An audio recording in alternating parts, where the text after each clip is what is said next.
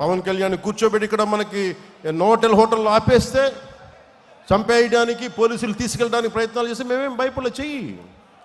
మా కార్యకర్తల మీద, ఇప్పుడున్న విజయ్ కుమార్ గారి మొత్తం నాయకులందరి మీద, సందీప్ పంచకర్ల అందరి మీద మన సందీప్ గారి మీద మీ కేసులు 307 కేసులు పెట్టారు. 15 మంది ఉత్తి పుణ్యానికి భరించామని. అక్కడ మనం కూర్చోబెట్టి అమరావతిలో ధర్నా చేస్తామంటే కూర్చోబెట్టి మేము దాడులు చేస్తూ ఉంటారు. ఇప్పటం కోసం వెళ్దామంటే మీరు కూర్చోబెట్టి బ్లాకులు చేస్తారు. ఏ రోజు భయపడలా.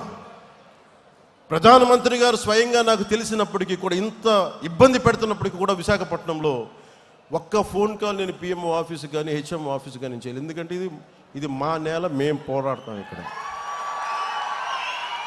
నేను ప్రధానమంత్రి గారిని, హోంమంత్రి గారిని నేను సహాయం అడిగాను. నా అంత బలహీనుడు ఇంకెవలేడు. నా అలాంటి వాడు పార్టీని మూసేసి వెళ్ళిపోవడం బెటర్. అందుకనే బలంగా తీసుకున్నా. ఉంటే ఉంటాం, పోతే పోతాం, చూద్దాం. వీళ్ళు రౌడీలు అంటే వీళ్ళందరూ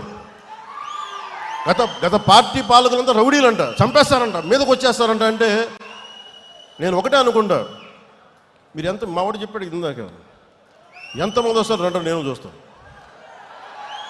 ఎంతమంది వస్తారు రండి, నేను ఒక్కనే ఉంటాను రండి.